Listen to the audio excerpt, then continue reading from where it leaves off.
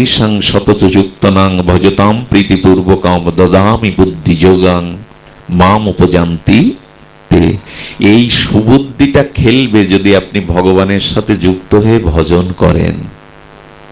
আচ্ছা, জল আর দুধ, আধা লিটার দুধ আধা লিটার জল একসাথে মিশিয়ে আপনার সামনে দিয়ে বলা হলে এবার দুধ জল আলাদা করো, এর মধ্যে এমন কেউ আছেন পারবেন? পারা যাবে বাবা? হাত দিয়ে বা আপনার চিন্তা চেতনা দিয়ে দুধ আর জল। কিন্তু রাজহংসের ঠোঁট দিলে কি হবে?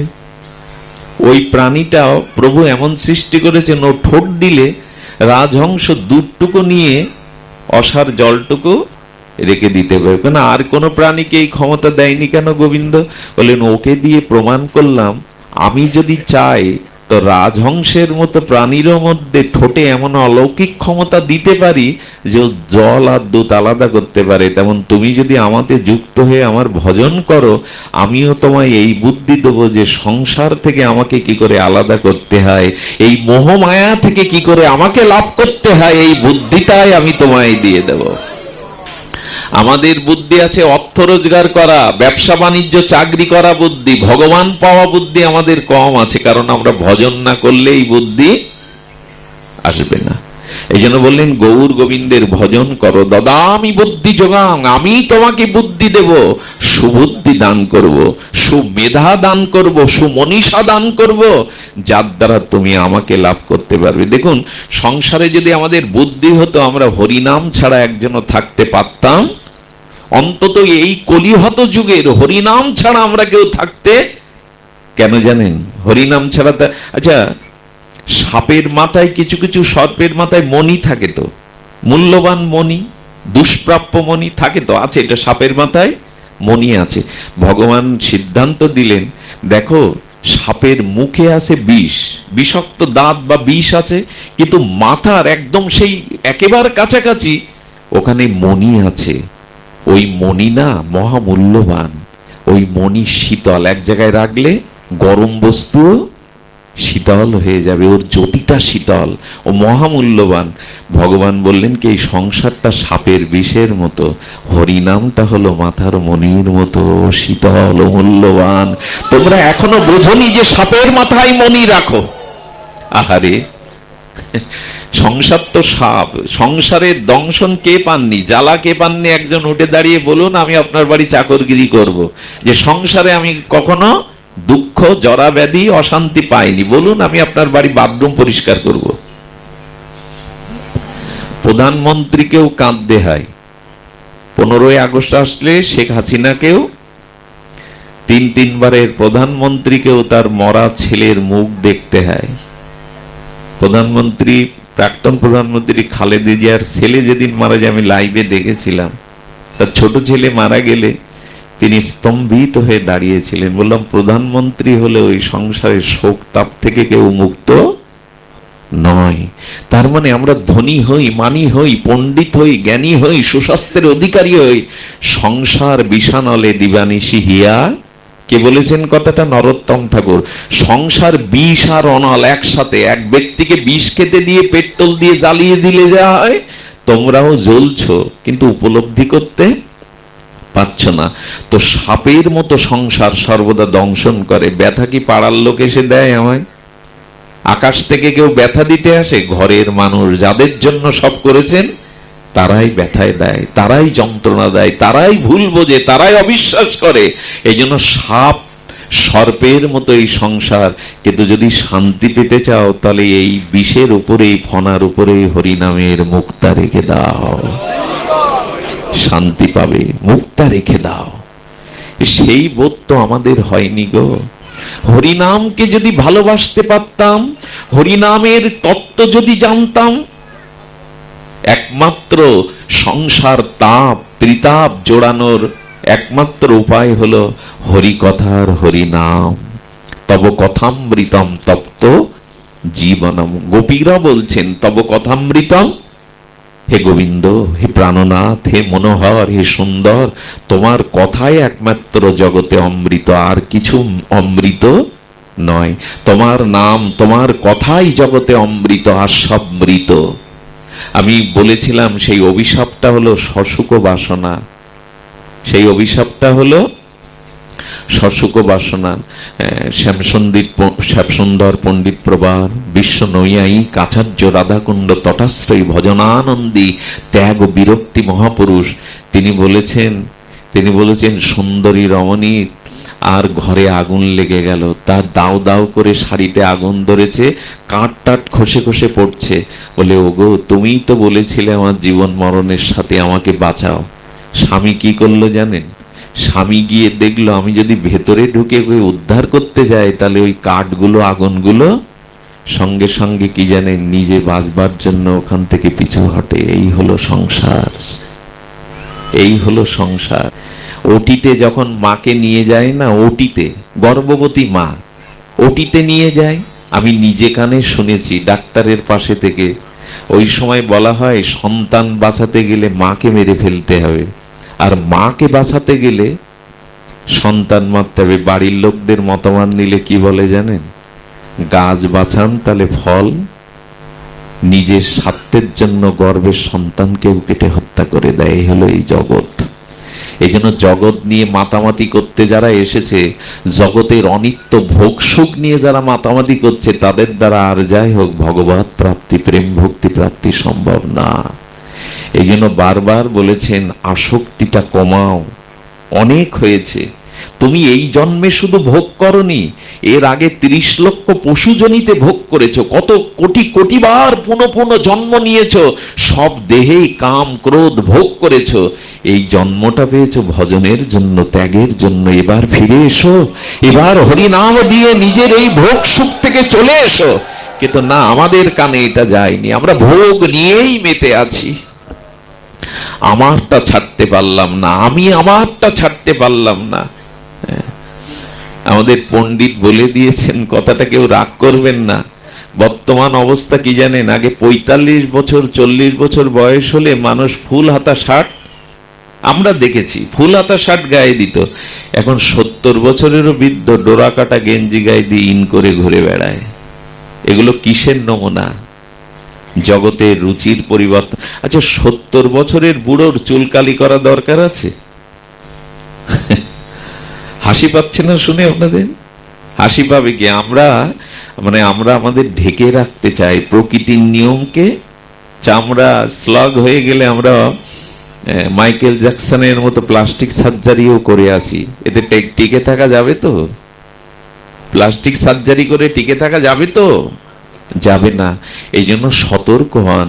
এর দেহ সাজানোর জন্য আপনি আসেননি, এর পরিণাম চিতায়। আজ দুপুরে একজনকে পুড়িয়ে এলাম আমার বোধাটায়। বুধবারে আমাদের পাঠ শুনলো, আমাকে আলিঙ্গন করলো আর বলল তোমার কথা বড় ভালো লাগে, তোমার কথা শুনে মনে হয় একটু ভজন করতে হবে। গতকালই সন্ধ্যায় মারা গেল। আজকে তাকে চিতায় দাও দাও করে জ্বলতে দেখলাম, আর বললাম আলিঙ্গন করে যে বললে আর তো সময় হলো না, আর তো পারলে না। নলিনী দল জল জীবন টলমল। পদ্মপত্রের উপরে জলের বিন্দুটা যেমন টলমল করে, বায়ু বেগে কখন ঝরে পড়ে, আমাদের আয়ুটাও তো তাই। এবার সতর্ক হও।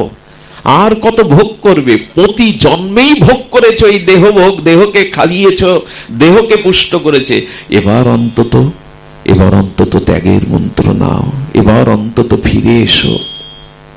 কিন্তু না, আমাদের চিত্তে এই ভজনের মহিমা জাগেনি। এই জন্য বললেন এই ভারতবর্ষের মাটিতে, এই বাংলার মাটিতে আমরা যারা এসেছি তাদের উচিত হলো ভগবানের ভজনে ব্রতী হওয়া। আর এই ভজন মানে আমি হরিনামের কথা আপনার বলছিলাম। কি বলছিলাম? হরিনামের কথা। দেখুন হরিনামের মহিমা কি। আচ্ছা, ভগবান শঙ্কর যখন সমুদ্র মন্থনে কালকূট বিষ পান, এদিকে তাকান, বিষ পান করলেন, কালকূট করলেন কিনা? আচ্ছা, বিষটা কণ্ঠবন্ত গেল বলেই তো নীলকণ্ঠ। ভগবান শিবের কি নাম?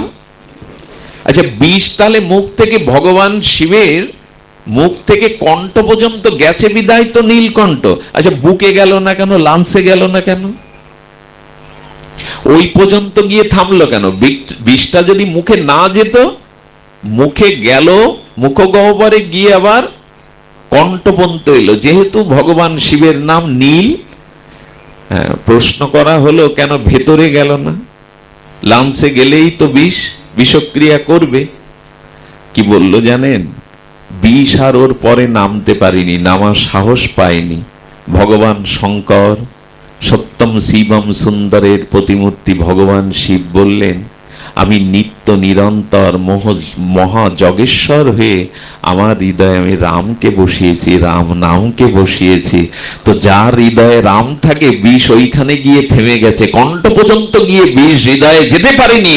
ওখানে রবি লোচন মর্যাদা পুরুষোত্তম আমার ভগবান রাম আছে। সংকেত কি দিল ভগবান শঙ্কর? হৃদয়ে যদি ভগবানের আসন পাতা থাকে, কণ্ঠে যদি ভগবানের দিব্য হরিনাম থাকে চিন্ময়, তাহলে এই সংসারের বিষও তোমাকে আক্রান্ত করতে পারবে না। বিষ একটা জায়গায় গিয়ে থেমে যাবে, থেমে যাবে। হরিনাম নিন। নাস্তেব্য নাস্তেব্য নাস্তেব্য গতির অন্যথা।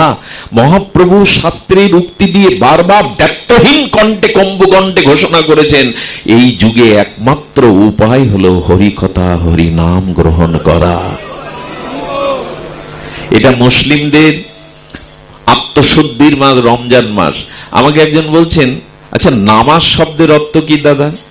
আমি একটু রহস্য করে বললাম, ওই বানানটা একটু সন্ধি বিচ্ছেদ করো, নাম আজ, নামাজ, নাম আজ। ওই ধ্বনিতে যেন ওরাও বলছে, নাম আজই নাও, স্রষ্টার নাম এখনই নাও, আজই নাও, নাম আজ, নামকে আজই নাও, কালকের জন্য অপেক্ষা করো না। নাম আজকেই নিতে হবে, এখনই নিতে হবে।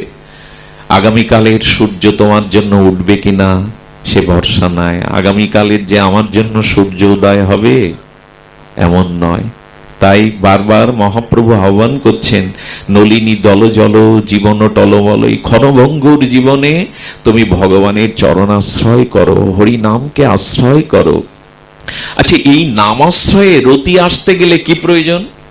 ভগবানের নামে রতিমতি আসতে গেলে কি প্রয়োজন? বলো, সাধু সঙ্গে হরিকথা বিনা নামে রুচিও আসবে না, ভজনে রুচিও আসবে না।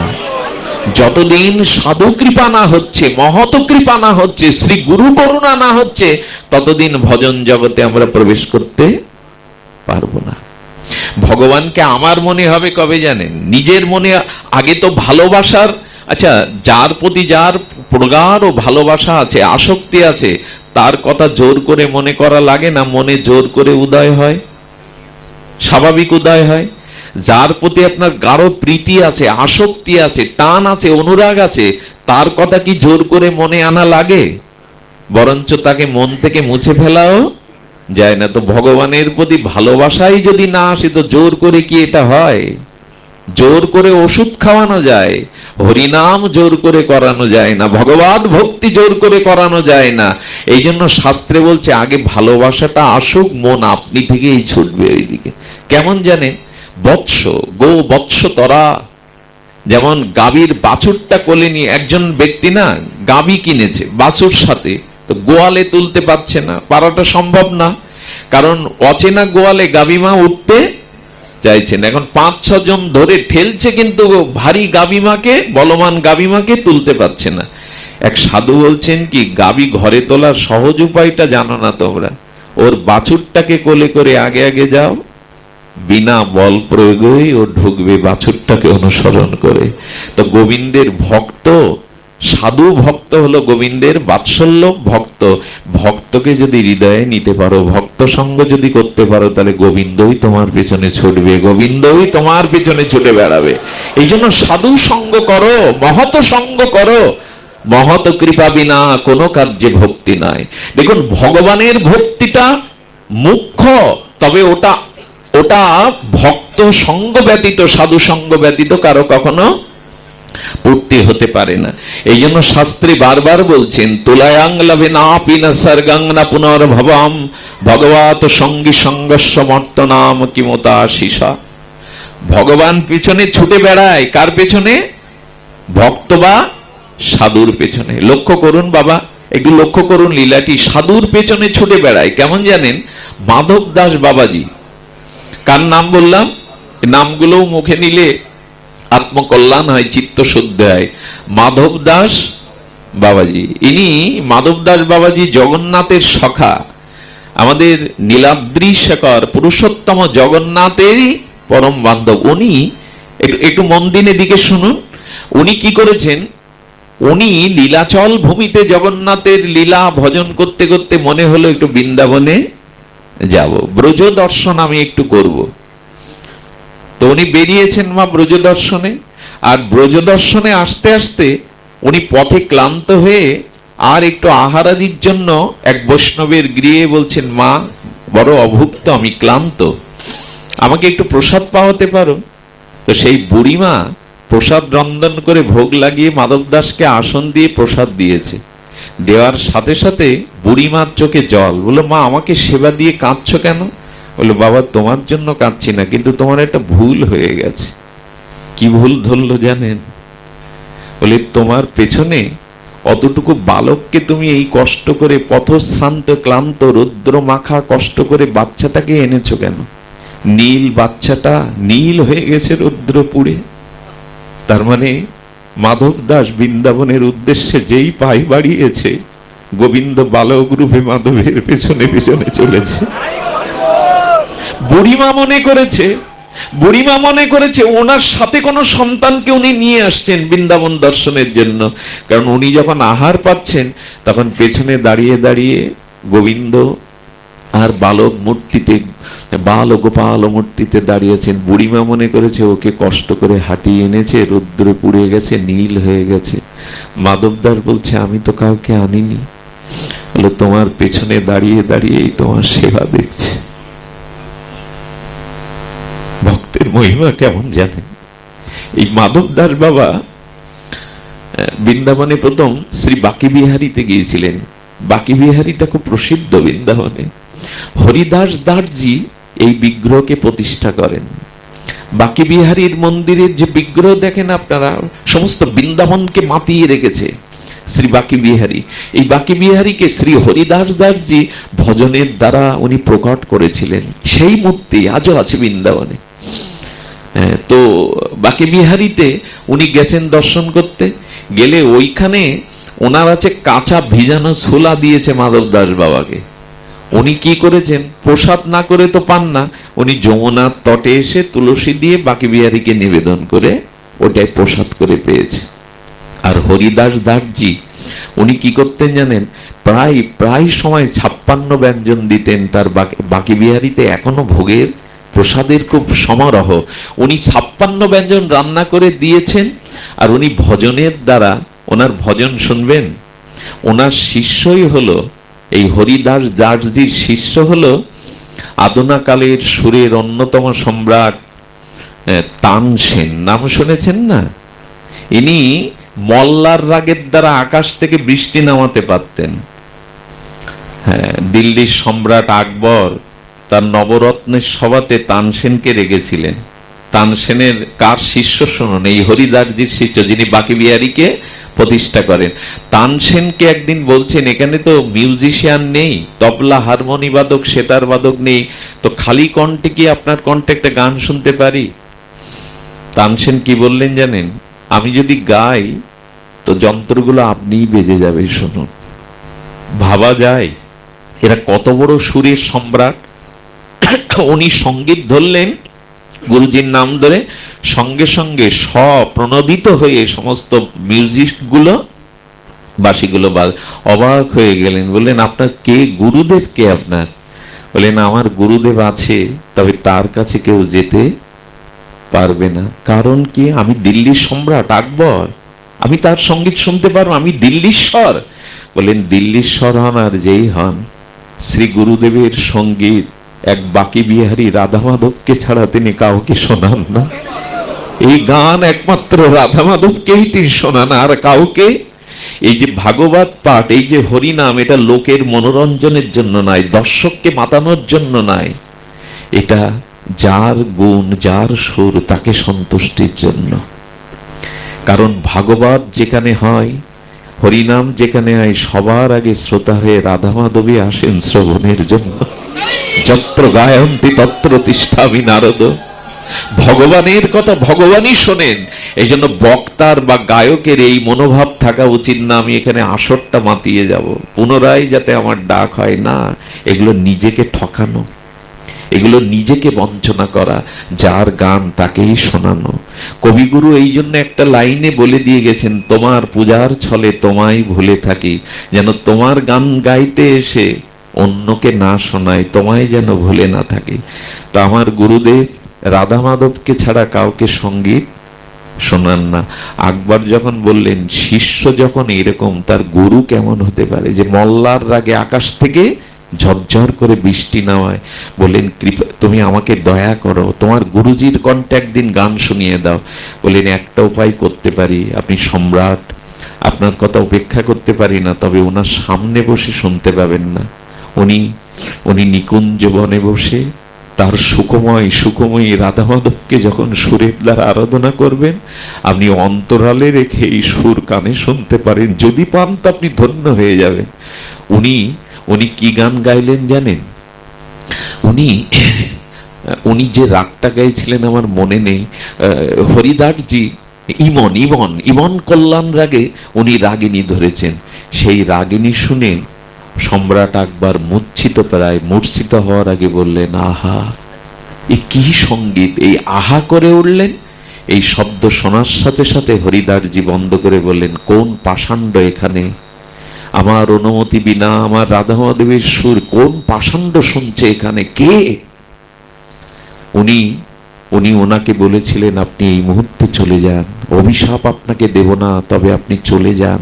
এবং বলেছিল, আজ থেকে ইমন কল্যাণ রাগ আমি আর কখনো গাইব না, যেটা আমার রাধা মাধবের প্রসাদই দিতে পারিনি, আমি আর গাইব না। আজও বৃন্দাবনের বাকি বিহারীতে যে সুরসঙ্গীতা ইমন কল্যাণ রাগ, সেখানে গাওয়া হয় না, অন্যান্য রাগগুলো গাওয়া হয়, আজও গাওয়া হয় না।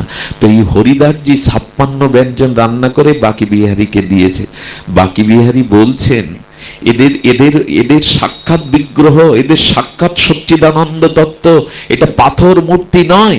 উনি বললেন, আজ আর আমি কিছু পাবো না, কেন কেন কেন প্রভু তুমি পাবে না? বললেন, আজ যমুনার পুলিনে আমাকে মাধব দাস কাঁচা ছোলা খাইয়েছে, সেই ছোলা খেয়ে না আমার পেটটা ভালো যাচ্ছে না, আমার পেটে ক্ষুধাও নেই, আমি আজ তোমার 56 ব্যঞ্জন দেব না। কি হয় বলুন তো? এই হরিদাসজি 56 ব্যঞ্জন দিতেন বাকি বিহারীকে, কিন্তু নিজে কি পেতেন জানেন? শুকনো রুটি, ওই তুলসী পাতাটা ছুঁয়ে। এই জন্য আপনাদের একটা কথা বলি, যে নিজের জন্য রন্ধন করে, শুধু নিজের জন্য পরিপাক করে, নিজের জন্য খায়, শাস্ত্র বলছে সে পাপ ভক্ষণ করে। গীতায় বলছে, ভগবানকে না দিয়ে পাওয়া না।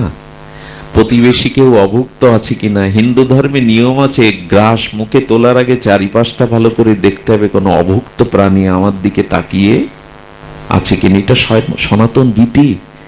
অতিথি দেব ভব, বেদ বলেছেন। আজ আর অতিথি দেব ভব নাই, খেয়ে পরে নিজেরা ভালো থাকলেই হলো, কে অতিথি কে দুয়ারে। আমার কি মনে হয় জানেন, হাত পেতে যখন কেউ বলে মা এক মুঠো দেবে, 1 টাকা দেবে, ও কিন্তু কাঙাল হয়ে ভিখারি হয়ে আপনার দ্বারে আসেনি, পৃথিবীর অন্যতম শ্রেষ্ঠ একটা উপদেশ দিতে এসছে, যেটা কোটি টাকাতেও আপনি বই পুস্তক ঘেটে পাবেন না। ও কি উপদেশ দিতে আসছে জানেন? তুমিও মানুষ, আমিও মানুষ সৃষ্টি। তুমি উপরে দাঁড়িয়ে হাতটা উপরে দিচ্ছ, যে দেয় তার হাত উপরে থাকে। আমি মানুষ হয়ে আমি নিচে, আর আমার হাতটা নিচে। আমি কাঙাল আর তুমি মহাজন। আজ যদি আমায় না দাও, আমাকে ফিরিয়ে দাও, তোমাকে যে বড় করেছে না, সে বলবে আগামী জন্মে আমি তোমাকে ওর জায়গায়, ওকে তোমার জায়গায় আনবো। এই উপদেশটা ওরা দিতে আসে। তুমি আগামী জন্মে ওর জায়গায় যাবে, ওকে আমি তোমার জায়গায়।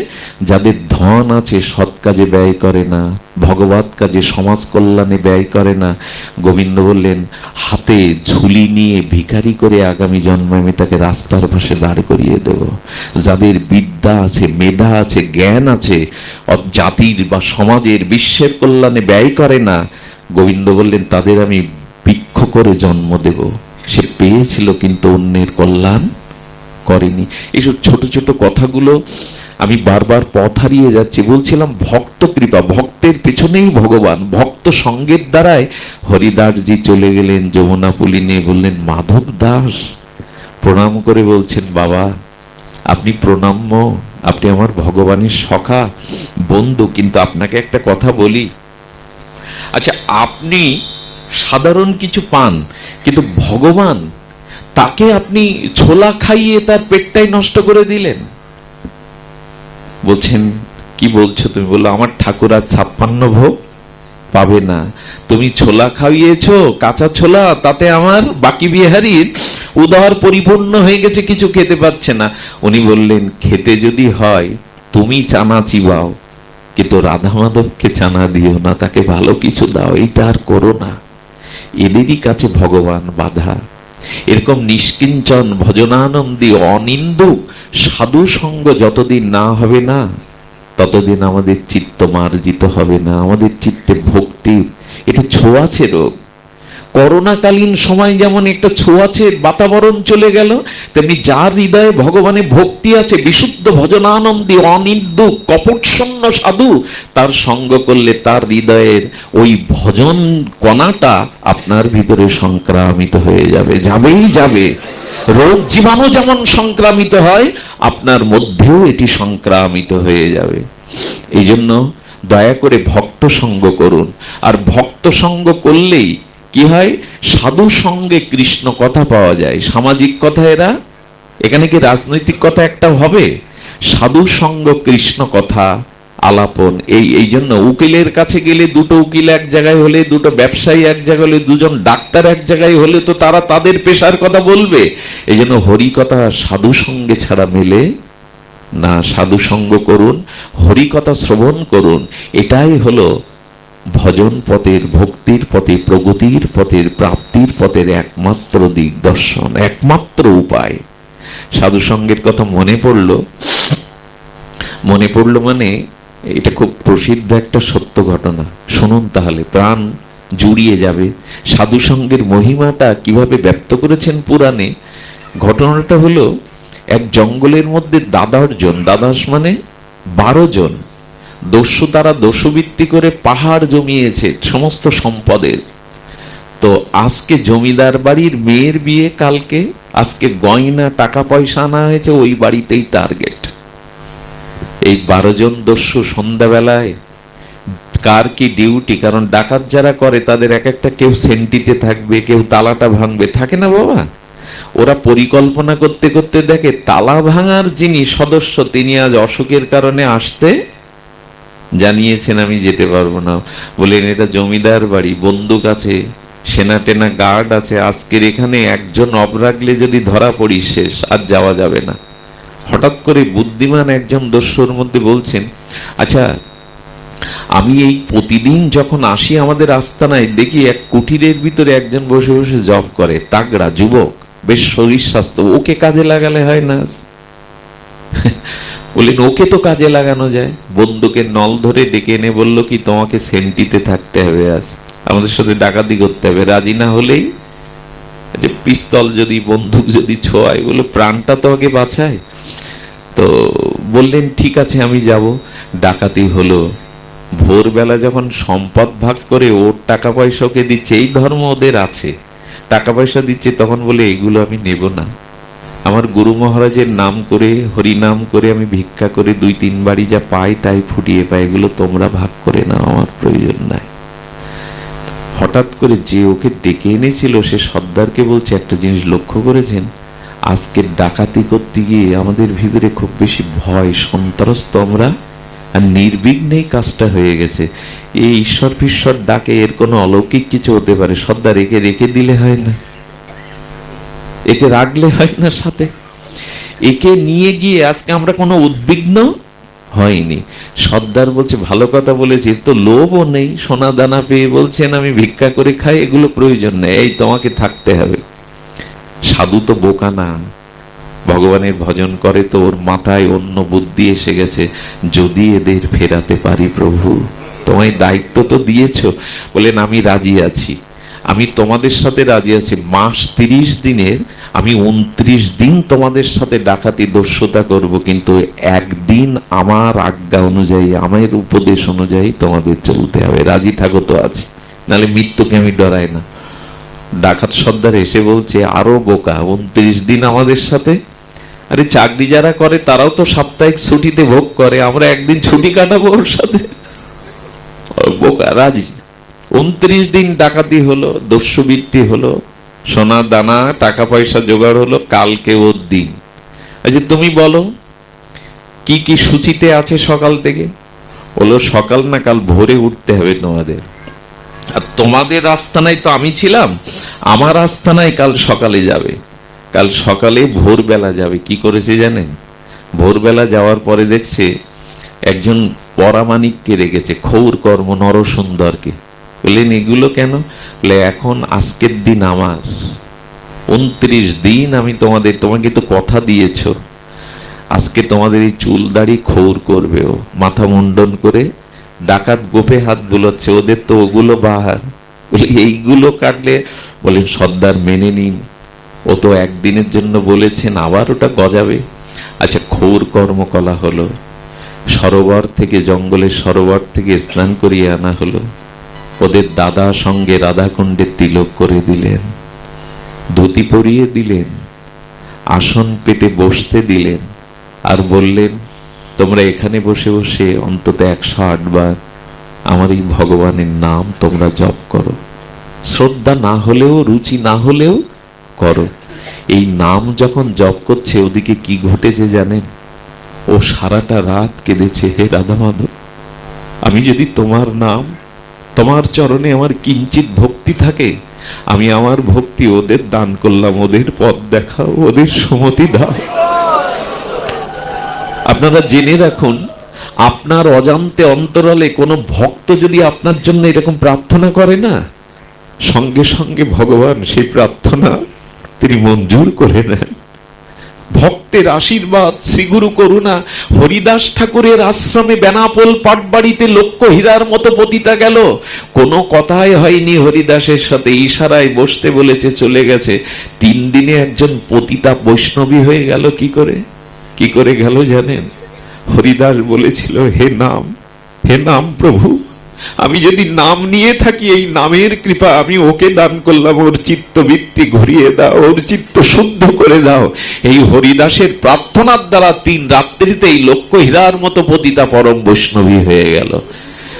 কোন ভক্তের প্রার্থনা যদি আপনার জন্য অর্পিত হয় না, ওটা ভগবানের কাছে পৌঁছে যায়। সঙ্গে সঙ্গে কি করেছে জানেন? ওই রাজ্যের যিনি রাজার রানী, প্রভাতে গোবিন্দ তাদের স্বপ্নেতে বললেন, ওরে আমার কৃপা যদি পেতে চাস, আশীর্বাদ পেতে চাস, ভক্তি যদি পেতে চাস, অমুক জঙ্গলে 12 জন সাধু আছে, পালকি চড়িয়ে তাদের সংবর্ধনা দিয়ে আজকে রাজ পরিবারে বৈষ্ণব সেবা দাও, হরিনাম সংকীর্তন দাও। এই স্বপ্ন দেখিয়ে দিলেন রাজা রানীকেই গোবিন্দ। আহারে, ভক্তের প্রার্থনা। আমি মনে করি কি, প্রার্থনার এমন একটা ক্ষমতা আছে জানেন? আপনি প্রণাম করলে ভক্তকে, প্রার্থনা যদি কোনো ভক্ত করে, আচ্ছা মোবাইলের কয়েকটা নাম্বার টিপলে যদি এখন আমেরিকায় আপনি কথা বলতে পারেন, এই যন্ত্রের শক্তিতে ভক্ত এখান থেকে প্রার্থনা করলে পৃথিবীর অপর প্রান্তেও সেই করুণাটা পেয়ে যাবে। এই শক্তিটা আছে ভক্তির, সাধনের এই ক্ষমতাটা আছে। শুধু ভক্তগণ, একজন প্রশান্ত মহাসাগরে জাহাজে ডুবে যাচ্ছে, তিনি ছিলেন লোকনাথ বাবার শিষ্য। বাবা লোকনাথ, রনে বনে জঙ্গলে পড়লে তো তুমি রক্ষা করো। দেখলেন একটা বড় হাত পুরো জাহাজটাকে মুষ্টিবদ্ধ করে বালুর চড়াইতে ঠেকিয়ে দিলেন। 12 দিতে আসার পর বলেছিল, তোর জন্য আমার হাত আমেরিকা পর্যন্ত চলে যায়। পারে না কি সাধুরা, মহাত্মারা? পারে। জীবনে যদি কারো প্রতি ভরসা করতে হয়, তবে প্রকৃত সদ্গুরু সাধুর প্রতি ভরসা করুন। এরা যতটা ব্যথা বোঝে আপনার, অন্য কেউ ব্যথা বুঝবে না। জীবনে যদি প্রকৃত কোনো বান্ধব, তবে সাধুকে বন্ধু করুন। গুরু বিনা বন্ধু নাই, বৈষ্ণব বিনা কোনো বান্ধব নাই জগতে। বন্ধু বান্ধব সমাজে টাকা পয়সা রূপ যৌবন থাকলে অনেক পাবেন, কিন্তু এরাই হলো প্রকৃত বন্ধু, যে আপনার আত্মকল্যাণ চায়, যে আপনাকে ভগবানে ভক্তি দিতে চায়, এরাই প্রকৃত বান্ধব, এরাই প্রকৃত জগতে বান্ধব। তো কি করেছেন ওই রাজা আজকে নিজে মন্ত্রী পাঠিয়ে 12টা পালকি পাঠিয়ে তাদের অভ্যর্থনা দিয়ে এসে বলছেন, সাধুগণ রাজা আপনাদের ডেকেছে, আপনারা পালকিতে উঠুন। দস্যুগুলো ভাবলো এটা সাধুর কোনো কারসাজি নয় তো, আমাদের ধরিয়ে দেবে না তো। সাধু হাত জোর করে বললেন, সকলে পালকিতে ওঠো, তোমরা সারা জীবন ডাকাতি করেছো, আজ আমি ডাকাতি করতে যাব তোমাদের নিয়ে, ওঠো পালকিতে। পালকিতে উঠে এভাবে রাস সংবদ্ধ নয় তো কখনো ভাগ্যে জোটেনি। যেই গেল মা, সেই রানীমা নিজে ওদের পা ধুয়ে দিলেন, পদস্খলন করলেন, প্রক্ষালন করলেন। পদপ্রক্ষালন করে রানীমা ওদের আরতি করে ফুল ছড়াতে ছড়াতে নিয়ে গেলেন। তাদেরকে আরতি বন্দনা করার পরে রানীমা রাজভোগ রান্না করে তাদের নিজে হাতে হাত জোর করে সেবা করালেন। শেষ বিদায় বেলা রাজা রানী দুজনে প্রণাম করে সিন্ধুক হতে মণিমুক্ত এক একজন সাধুকে প্রণামী দিলেন। তারা যখন ফিরে এলো তখন কুটিতে আসার পরে সর্দারকে বলছেন, সর্দার, সারা মাস ধরে যা করেছেন ডাকাতি করে, এই যে দামি মণিরত্ন না, এগুলো জীবনে কিছু করা লাগবে না, এইগুলো আপনি নিয়ে যান, আর আপনি কিছু করা লাগবে না, তবে আমি আপনাদের আসি। ডাকাত সর্দারের চোখে জল কেন জানেন? জীবনে মানুষের গালি ছাড়া ভালোবাসা পায়নি। আজ রানী পা ধুয়ে দিল, আঁচল দিয়ে মুছিয়ে দিল, নিজের সেবা দিয়ে সংবর্ধনা দিল। জীবনে কখনো তো এই প্রাপ্তি, এই সম্মান, এই ভালোবাসা পায়নি। সর্দার তার সেনাদের ডেকে বলছেন সদস্যদের, এই সম্পদ তোরা ভাগ করে নিয়ে যা, আমার আর যাওয়া হবে না, আমি এর কাছেই থাকবো, আমার আর কোথাও যাওয়া হবে না, তোরা চলে যা। সর্দারদের সদস্যরা বলছেন, সর্দার, আপনাকে নিয়েই আমাদের সব, আপনি যদি থাকেন আমরাও ফিরে যাব না, আমরাও এর সাথে থেকে যাব। আচ্ছা আচ্ছা বাবা, পরশ পাথরের স্পর্শে লোহাটা সোনা হলো, এই লোহাটা যদি পাপীর ঘরের লোহা হয়, জরাজীর্ণ লোহা হয়, কোন নিচু ঘরের লোহা হয়, পরশ পাথর নিচু ঘরের বলে, জং ধরা বলে কি সোনা করবে না? যেমনই হই পাপী তাপী, প্রকৃত বৈষ্ণব সঙ্গ হলে, প্রকৃত মহতের সঙ্গ হলে পরশ পাথরের মতো তার জীবনটাও সোনা হয়ে যায়, তার জীবনটাও সোনা হয়ে যায়। এই জন্য মহাপ্রভু স্বয়ং ভগবান হয়ে রায় রামানন্দের কাছে কৃষ্ণ কথা শুনতে যেতেন গদাধর পণ্ডিত গোস্বামীর কাছে। মহাপ্রভু চোখের জলে ভাগবত শুনতেন। এই জন্য সাধু সঙ্গে হরিকথা, ছিল গুরু মহারাজ বলেছেন, সাধু সঙ্গ হরিকথাই ভক্তি লাভের একমাত্র উপায়। ভক্তি প্রাপ্তির উপায় হলো সাধু সঙ্গে হরিকথা। সাধু সঙ্গ হরিকথাই পারে আমাদের এই শুদ্ধা ভক্তি দিতে। আমি আপনাদের ছোট্ট একটা ভক্ত চরিত্র লীলা বলেই পাঠ বিশ্রাম করো। ভক্ত চরিত্র শুনুন, সাধু সঙ্গের মহা মহিমা শ্রবণ করুন, সাধুমুখে হরিকথা শ্রবণ কীর্তন করুন। এটাই ভক্তি লাভের প্রশস্ত পথ, প্রশস্ত দিগদর্শন। সেটি হলো আমাদের সদন কষাই। এই চরিত্রটা যদি খুঁজতে চান তাহলে ভক্তমাল চরিত্রে চোখ বুলিয়ে নেবেন। ভক্তমাল চরিত্রে মাধব দাসের পয়ের পাশেই আছে সদন, আর এর উপাখ্যানটি আছে অপূর্ব। নাভাজি বড় আদর করে এই চরিত্রটা লিপিবদ্ধ করেছেন ভক্তমাল চরিত্রে। সদন কষাই, কি নাম বললাম? সদন কষাই। এই সদন কষাই তিনি পূর্ব জন্মে ব্রাহ্মণ ছিলেন, কিন্তু তিনি একটা অশাস্ত্রীয় কর্মের কারণে অভিশপ্ত হয়ে কষায়ের ঘরে জন্ম নিলেন। কিন্তু যেহেতু ব্রাহ্মণ ছিলেন, যেহেতু কিছু ভগবত কর্ম করেছেন, এই জন্য ওনার সংস্কারটা নষ্ট হয়নি। দেখুন, প্রারব্ধ কিন্তু আপনি যতই ভগবানের ভজন করুন, ভগবান আপনার পাপ মুক্ত করবে। অগং ধন্যন্তি কাৎসেন নিহারণি বা ভাস্করা। ভাগবত বলছেন, সূর্যের উদয় হলে ঘাসের উপরে বিন্দুগুলো যেমন শুকিয়ে যায় সূর্য কিরণে, তেমন ভগবানের শরণ নিলে, সঙ্গ করলে, হরি নাম আশ্রয় করলে অনন্ত জন্মের পাপও শুকিয়ে যায়। কিন্তু আপনি পূর্ণ পেতে পারেন, ভক্তি পেতে পারেন, পাপ ক্ষয় হবে, কিন্তু পূর্বজন্মের প্রারব্ধ কর্মফল কর্মের দ্বারা ছাড়া, ভোগের দ্বারা ছাড়া নষ্ট। এই জন্য অনেক সাধু মহাত্মা আর মুক্ত পুরুষেরও জীবনে রোগ শোক ব্যথা দেখা যায়, কারণ কর্মফল গোবিন্দ, প্রারব্ধ গোবিন্দ মুছিয়ে দেন না। কেন জানেন? এই প্রারব্ধ ভোগ না হলে ওকে আবার আসতে হবে, তাই গোবিন্দ প্রারব্ধটা ভোগ করিয়ে নেন। তবে গোবিন্দ প্রারব্ধ ভক্তরা যখন ভোগেন, পাশে এসে দাঁড়ান। গোবিন্দ চোখের জল ঘুচিয়ে দেয় না, কিন্তু মুছিয়ে দিতে আসে। বলে, তুমি কাঁদলে যদি তোমার এই জন্মের প্রারব্ধ ক্ষয় হয়, কাঁদো, আমি তোমার কান্নাকে, হ্যাঁ, আমি কান্নাকে রুদ্ধ করব না, কিন্তু আমি তোমার পাশে মরমই হয়ে চোখের জল মুছিয়ে দিতে পারবো। তো ভগবান প্রারব্ধ নাশ করেন না। এই জন্য অনেক মহাত্মা, অনেক ত্রিকালজ্ঞ যোগীর ভিতরে রোগ শোক দেখা দেয়, এগুলো পূর্ব জন্মের প্রারব্ধ। তো উনি প্রারব্ধের কারণে, একটা অন্যায়ের কারণে উনি আজ কসাইয়ের ঘরে জন্মে। কসাইয়ের ধর্ম কি? মাংস বিক্রি করা, পশুগুলোকে হত্যা করে কেটে সেটা মাংস বিক্রি করা। কিন্তু উনি চিন্তা করলেন, ওনার হাত কাঁপে। ওই যে পূর্বজন্মের সংস্কার, আমাদের বর্তমান স্বভাবটা নির্ণয় হয়েছে কিন্তু পূর্বজন্মের কর্মের দ্বারা। আমাদের বর্তমান যে স্বভাব, গতি প্রকৃতি, রতি মতি, এগুলো পূর্বজন্মের সংস্কার। এই জন্য প্রত্যেকেই সমান হয় না, প্রত্যেকেই জ্ঞান লাভ করতে, কারণ পূর্ব সংস্কার টেনে ধরে। আর এই সংস্কারটা নিয়ন্ত্রণ করতে পারে একমাত্র ভক্তি বা ভগবত কৃপায়। ভগবত কৃপায় এই সংস্কার লোহা সোনা হতে পারে পরশ পাথরের জন্য। এই জন্য উনি কি করেছেন?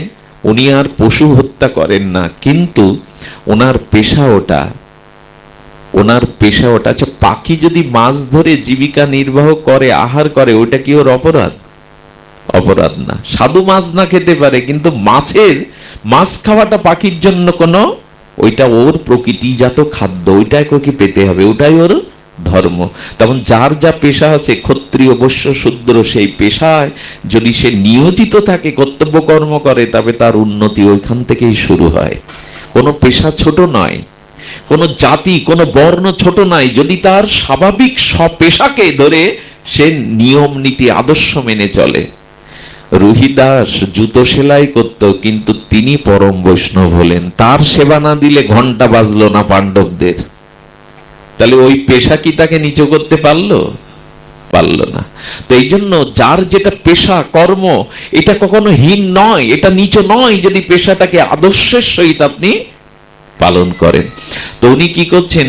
দূর থেকে মাংস কিনে এনে মাংস বেচেন, তাহলে আর পশু হত্যা করার পাপটা, কিন্তু ওনার পেশা হলো ওইটা করা। উনি ওই করে করেই করছেন। কিন্তু একদিন ঘটনা শুনুন, এই ভক্তমাল আমার কাছে আছে, এটা একটু খুলে দেখবেন মাঝে মাঝে। এটা সদন কসাইয়ের কি বিচিত্র বৈচিত্র্য চরিত্র, কিন্তু পূর্বজন্মের স্বীকৃতি দনে মাঝে মাঝে হরি নাম জপ করেন ভেতরে। মাংস বিক্রি করেন তো কি হয়েছে, ভেতরে ভেতরে জপ করেন। এই জপের কারণে সাধু দেখলেই দূর থেকে সাষ্টাঙ্গে প্রণাম করবেনই করবেন, খুব শ্রদ্ধা। এই কারণে ভগবান ওকে কৃপা করলেন। শালগ্রাম শিলা, পথের ধারে যেতে যেতে দেখছে একটা পাথর, ওর কাছে তো শালগ্রাম শিলা পরিচিত নয়, একটা বড় পাথর চকচক করছে, উজ্জ্বলকৃত তার বর্ণ রং। শালগ্রাম শিলা কিন্তু সবখানেই পূজিত, সূচি অসুচি নাই। উনি ভঙ্গ হলেও, আর্ধেক হলেও, যেমন টাকা আর্ধেক ছিঁড়ে নিয়ে গেলে চলবে কি, কিন্তু এক ভরি সোনা যদি কেটে আর্ধেক আর্ধেক করে নিয়ে যান, চলবে কিনা? তেমনি নারায়ণ শিলা কোনো স্থান কাল পাত্রে দূষিত হয় না। নারায়ণ শিলা কিন্তু, যে ব্রাহ্মণ নারায়ণ শিলাতে তুলসী অর্পণ করে না, তার ব্রাহ্মণত্বও থাকে না। আগেকার দিনে মা ঠাকুরমারা এই নারায়ণ শিলা রাখবেই ঘরে। এই নারায়ণ শিলা এমন এক ভগবৎ সত্তা, এই যেখানেই থাকুক, যে অবস্থায় থাকুক, ভগ্ন হোক। আচ্ছা, প্রতিমা ভগ্ন হলে তার আর পূজা করা যাবে বিগ্রহে? কিন্তু শালগ্রাম শিলা দুভাগ হলে দুই ভাবেই পুজো করতে হবে, দুটোই ভগবান, শাস্ত্রে এরকম বলা আছে। তো উনি ওই পাথর মনে করে পেলেন, আর পেয়ে এসে বললেন, বাহ, এটা তো বাটকারা করা যায় ভালো। ওনার কাছে তো শালগ্রাম শিলার তত্ত্ব জানা নাই, তো বুঝতে পারছেন না। উনি করেছেন কি, 1 কেজি দিয়ে মাপছে যে বাটকারাটা এটা কাজে লাগবে মাংস বিক্রির জন্য। এই পাশে বাটকারা 1 কেজি দিয়ে দেখে সমান সমান, বলি বাহারে এটা ম্যাজিক, এটা 1 কেজিরই কাজ করবে। আমার 2 কেজি দিয়ে দেখে ও 2 কেজির মতো ওজন, ওটা তো চিন্ময়। 5 কেজি দিয়ে দেখছে, বলি বারে আমার তো আর অন্য বাটকারা টানা লাগবে না, যে যা নেবে এটাই পূরণ হবে। উনি বড় আদর করে নিয়ে বুকে জড়িয়ে ধরলেন। এমন কি পাথর গো, ওই যে 1 কেজি 2 কেজি 5 কেজি সবটাতে মিলে যায়। ওই বিক্রি করে আর মাঝে মাঝে হাতে নিয়ে বুকে নেয়, দেখতে ভালো লাগে, ওর প্রতি আসলে ভগবানের কৃপা তো, ওইটা ভালো লাগে, বুকে নেয় আর ওই মুখে হরিনাম করে। একদিন এক উপযুক্ত সদাচারশীল ব্রাহ্মণ ওই পথ দিয়ে যেতে গেছে, চোখ মিক করছে, মাংস বিক্রেতার পাথর। উনি কাছে এসে দেখলেন ওখানে চক্র চিহ্ন। আরে বাবা, এ তো সাক্ষাৎ নারায়ণ শিলা, এই দিয়ে মাংস বিক্রি করছে।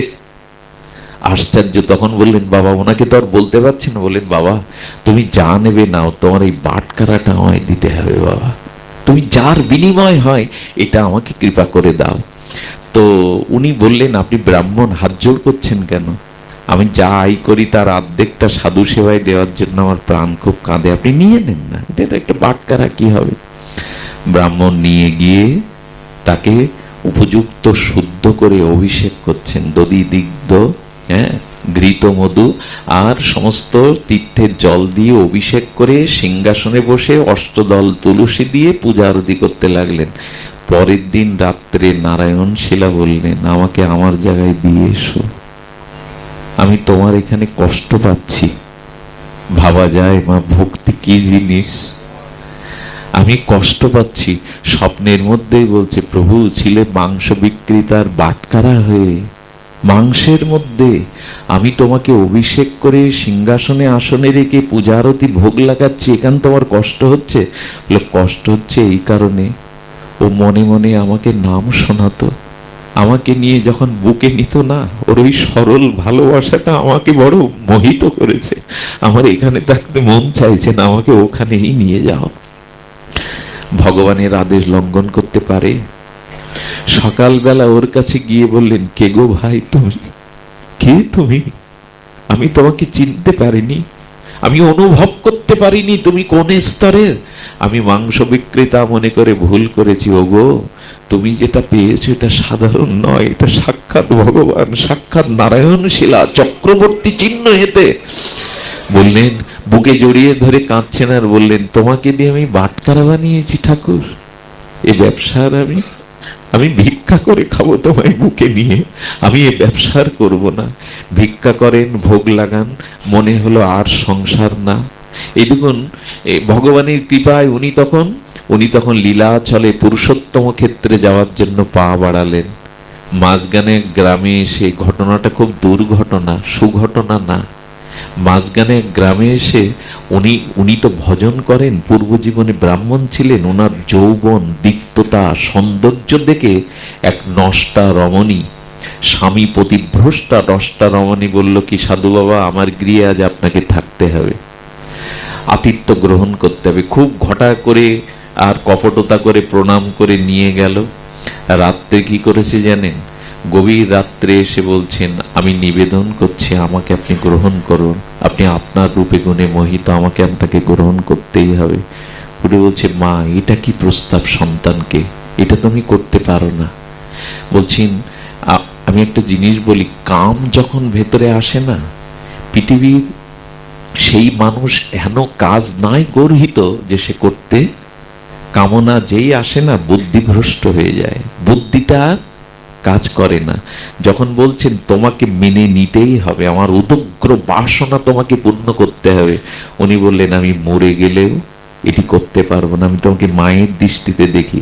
কি করলেন জানেন? ওই কামনার বশবর্তী হয়ে বুদ্ধিভ্রষ্ট ওই পাথর দিয়ে নিজের স্বামীকেই হত্যা করলেন, করে দরজার খিল দিয়ে চিৎকার করতে লাগলেন। লোকজন জবর করে বললেন, আমার স্বামীকে মেরে আমাকে ভোগ করবার জন্য আমার ঘরে ঢুকেছে। উনি মনে মনে হাসছেন, বলছে, জগন্নাথ এটাও আমার প্রারব্ধে ছিল, আমি হাসি মুখে মেনে নিলাম। ভজন করলে কি হয় জানেন? সে ভেঙে পড়ে না, মানসিক রোগগ্রস্ত হয় না, অনুকূল প্রতিকূল প্রত্যেক পরিস্থিতি সে অনুভব করে এটাও তোমার দান, এটাও আমার কর্মফল শোধ হচ্ছে প্রভু, আমি হাসি মুখে মেনে নেব। সঙ্গে সঙ্গে বিচার করে ওই গ্রামের বিচারক তার দুটো হাত কেটে নিলেন, নিয়ে বললেন, সাধু বেশে এই অন্যায় করেছ, তোমাকে আমরা কারাগারে দিলাম না, দুটো হাত কেটে নিল। বললেন, আমার জগন্নাথেরও হাত নেই, আমিও যারে ভালোবাসি আমিও তার মতো হই।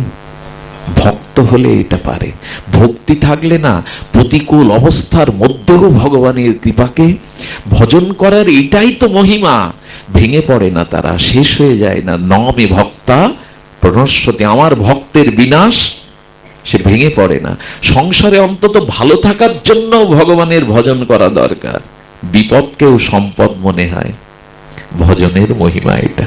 তো উনি যখন পুরীতে যাবেন, হাত দিয়ে রক্ত, ব্যান্ডেজ দিয়ে রক্ত পড়ছে, জগন্নাথের বড় করুণা হলো।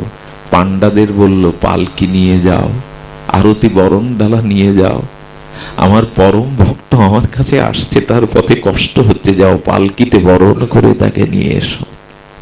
আহারে, সদন কষায়ের জন্য জগন্নাথ পালকি পাঠিয়ে ক্ষান্ত, উনিও পেছনে পেছনে চলে আসছেন ভক্তকে নেওয়ার জন্য। বন্দনা করালো, আরতি করালো, বললো, জগন্নাথ পালকি পাঠিয়েছে, উঠুন আপনি। জগন্নাথ মন্দিরের সামনে যাওয়ার সাথে সাথে জগন্নাথ বললেন, আমাকে প্রণাম করবে, ওর তো হাত নাই। ভগবান সঙ্গে সঙ্গে আবার আগের মতো দুটো হাত তাকে দান করে দিলেন, দুটো হাত তাকে দান করে দিলেন। মন্দিরে প্রণত হলেন। জগন্নাথ প্রশস্তি আকারে বললেন, আর কোথাও যেতে হবে না, তুমি আমার কাছেই থাকো। এই হলো ভক্তির প্রাপ্তি, এই হলো ভক্তির গতি। আপনারা দয়া করে এই ভজন পথে আসুন। আর এই ভজন পথ একমাত্র হরিনাম আশ্রয়, হরি কথা আশ্রয়।